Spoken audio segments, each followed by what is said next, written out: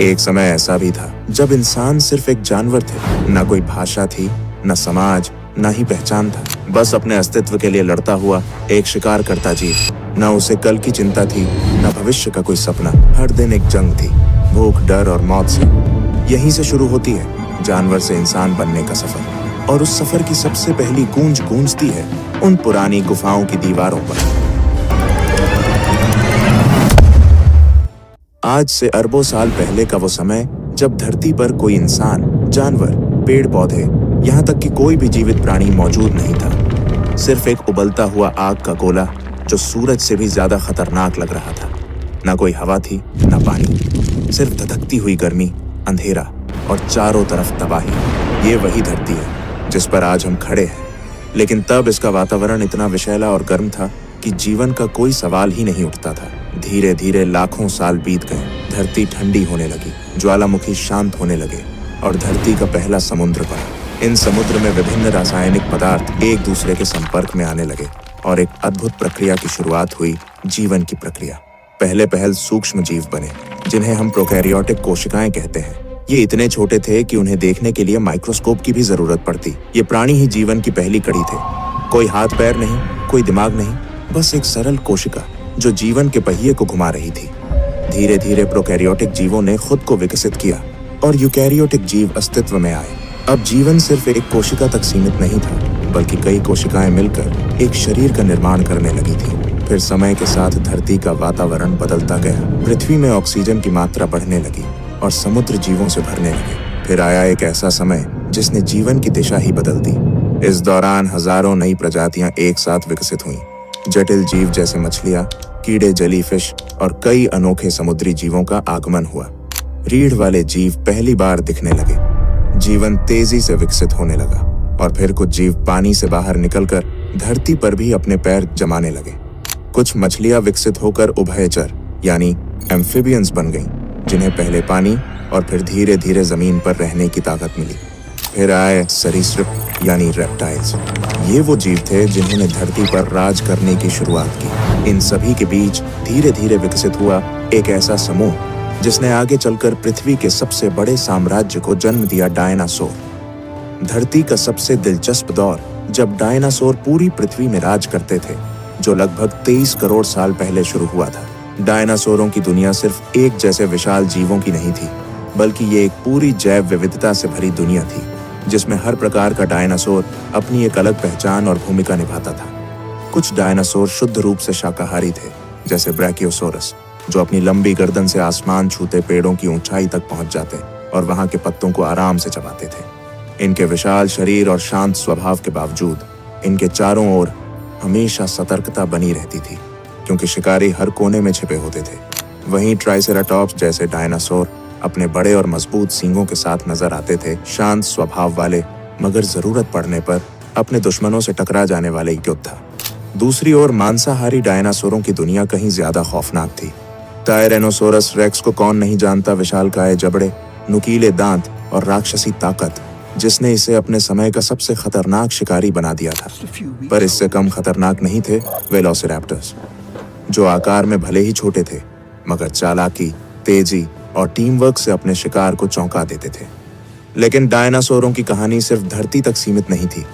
कुछ ने आसमान में उड़ान भरी, जैसे प्टेरोडैक्टाइल्स और क्वेट्ज़लकोअट्लस, जिनके पंख इतने विशाल थे कि लगता था जैसे पूरा आकाश ही उनके कब्जे में हो।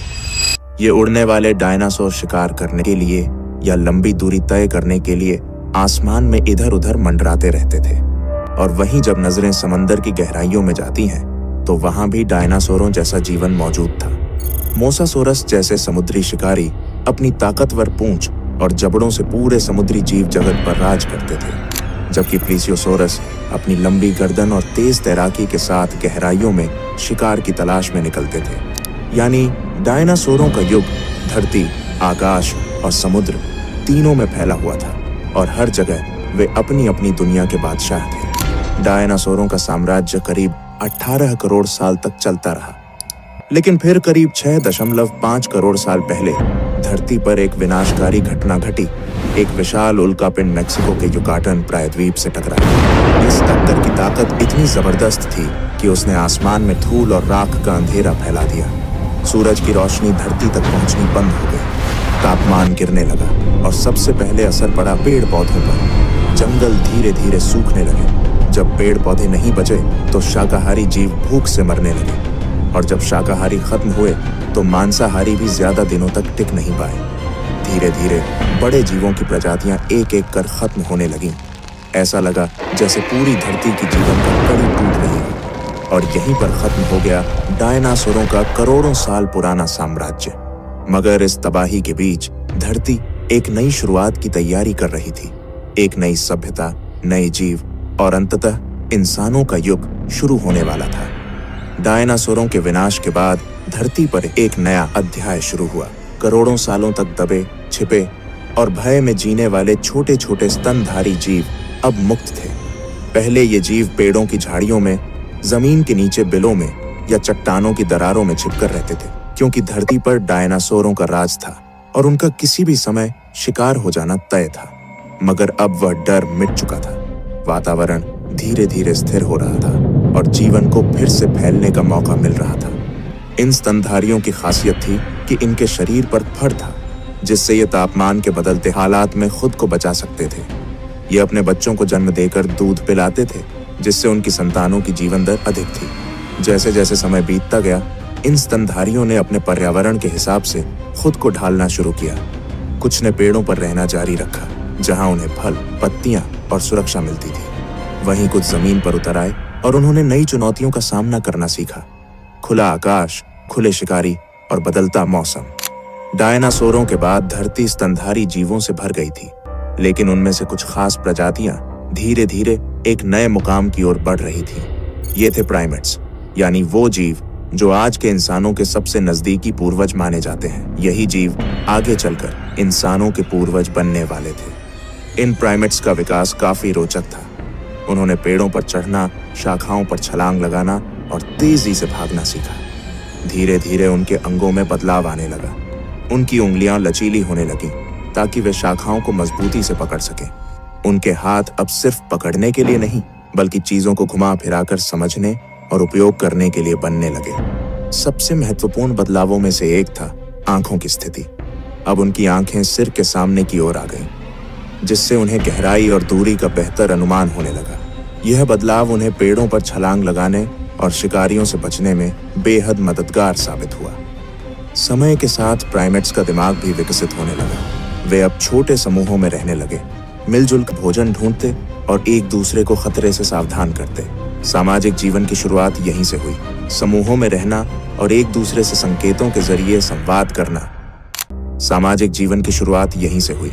समूहों में रहना और एक दूसरे से संकेतों के जरिए संवाद करना उनके दिमागी विकास का एक बड़ा कारण बना। धीरे धीरे शरीर में और भी बदलाव आने लगे। कुछ प्राइमेट्स ने जमीन पर ज्यादा समय बिताना शुरू किया। शाखाओं पर लटकने वाले हाथ अब जमीन पर चलने में भी इस्तेमाल होने लगे। रीढ़ की हड्डी में हल्का झुकाव आया और शरीर की बनावट ऐसी होने लगी कि वे कुछ समय के लिए दो पैरों पर खड़े हो सके। यही वो समय था जहां इंसान बनने की दिशा में पहला कदम रखा गया। दो पैरों पर खड़े होना सिर्फ एक शारीरिक बदलाव नहीं था, ये संकेत था एक नई सोच, एक नए दृष्टिकोण और धरती पर आने वाले सबसे जटिल जीव मनुष्य की शुरुआत का। आज से लगभग 20 लाख साल पहले इंसानी विकास की यात्रा ने एक नया मोड़ लिया। होमो इरेक्टस का उदय हुआ, जिसका अर्थ है सीधा खड़ा होने वाला मानव। यह हमारे पूर्वजों की इवोल्यूशनरी कड़ी में एक बेहद अहम पड़ाव था। होमो इरेक्टस न सिर्फ दिखने में पहले के प्राइमेट्स से अलग था, बल्कि इसकी क्षमताएं भी कहीं अधिक विकसित थीं। इनका मस्तिष्क पहले की तुलना में बड़ा और अधिक जटिल हो चुका था, जिससे सोचने, समझने और समस्याओं को हल करने की क्षमता बढ़ी। इनकी सबसे खास बात थी इनका शरीर। ये पूरी तरह दो पैरों पर सीधा चल सकते थे, जिससे इन्हें लंबी दूरी तय करने में आसानी होती थी। होमो इरेक्टस ने न सिर्फ चलना सीखा, बल्कि अपने हाथों का इस्तेमाल औजार बनाने के लिए करना शुरू कर दिया। पत्थर को तराश कर हथियार बनाना, लकड़ियों से साधारण उपकरण तैयार करना, ये सब उनके जीवन का हिस्सा बन गया था। लेकिन जो चीज उनके जीवन में सबसे बड़ा बदलाव लेकर आई वो थी आग का प्रयोग। आग को नियंत्रित करना और उसका इस्तेमाल करना मानव इतिहास की सबसे क्रांतिकारी खोजों में से एक था। इससे खाना पकाना संभव हुआ, जिससे भोजन को पचाना आसान हो गया और पोषण भी बढ़ा। आग ने उन्हें ठंड से बचाया, जिससे अब वे ठंडे इलाकों में भी जीवित रह सकते थे। और सबसे अहम, आग ने उन्हें रात के अंधेरे और जंगली जानवरों से सुरक्षा दी। इस सब के साथ साथ एक और सामाजिक बदलाव हुआ। अब लोग आग के चारों ओर इकट्ठा होने थर नहीं, बल्कि हाथ कुल्हाड़ी, नुकीले भाले और पत्थर की चाकू, खुरचनी जैसे औजार तैयार किए जाने लगे। ये सिर्फ औजार नहीं थे, बल्कि यह इस बात का प्रमाण थे कि इंसान का दिमाग अब पहले से ज्यादा विकसित हो रहा था। वह अब अपने पर्यावरण को समझने और उसे अपने अनुसार ढालने लगा था। समूह में रहने के अपने फायदे थे। भोजन मिल बांट कर खाया जाता, बच्चों की देखभाल पूरी टीम मिलकर करती और बीमार या बूढ़े सदस्यों की जिम्मेदारी भी सब मिलकर उठाते। यह सामूहिक जीवन इंसानी समाज की नींव बन गया। अब इंसान गुफाओं में रहने लगा था। अंदर आग जलाकर रात बिताना, ठंड से बचना और सुरक्षा महसूस करना, ये गुफाएं इंसानों के पहले घर बन चुकी थीं। लेकिन गुफाएं सिर्फ ठिकाना नहीं थीं, ये अब पहली कला की जन्मभूमि बनने वाली थीं। दुनिया भर की पुरानी गुफाओं में आज भी ऐसे चित्र मिलते हैं जिनमें हिरन, भैंसे, हाथी और इंसानों की आकृतियां उकेरी गई हैं। इन चित्रों ने इतिहास को एक नया आयाम दिया, क्योंकि अब इंसान केवल जी नहीं रहा था, वो सोचने, महसूस करने और अपनी भावनाओं को व्यक्त करने लगा था। ये पहली बार था जब मानव ने अपने विचारों को दीवारों पर उकेरना शुरू किया, और यहीं से कला, संस्कृति और आगे चलकर पूरी सभ्यता की शुरुआत हुई। अब हम उस निर्णायक मोड़ पर आ पहुंचे हैं जहां होमो सेपियंस सिर्फ शिकार करने वाले जीव नहीं रह गए थे। अब वे धीरे धीरे इंसान बन रहे थे, एक ऐसा जीव जो सिर्फ जीने के लिए नहीं, बल्कि महसूस करने, बोलने और समझने के लिए भी जीवित था। भाषा कोई एक दिन में नहीं बनी, यह भी लाखों सालों में धीरे धीरे विकसित हुई। शुरुआत हुई इशारों से, हाथों, आंखों और चेहरे के हाव भाव से। अगर आपको ये इंसानी विकास की कहानी पसंद आई हो तो इसे दूसरों तक जरूर पहुंचाइए, क्योंकि जब तक हम अपने अतीत को नहीं जानेंगे तब तक अपने भविष्य की उड़ान को सही मायनों में नहीं समझ पाएंगे। क्योंकि जब तक हम अपनी जड़ें नहीं जानेंगे, हम अपने पंखों की कद्र नहीं कर पाएंगे। तो वीडियो को लाइक करें, चैनल को सब्सक्राइब करके हमारे साथ जुड़े और कमेंट में बताइए आपका क्या मानना है।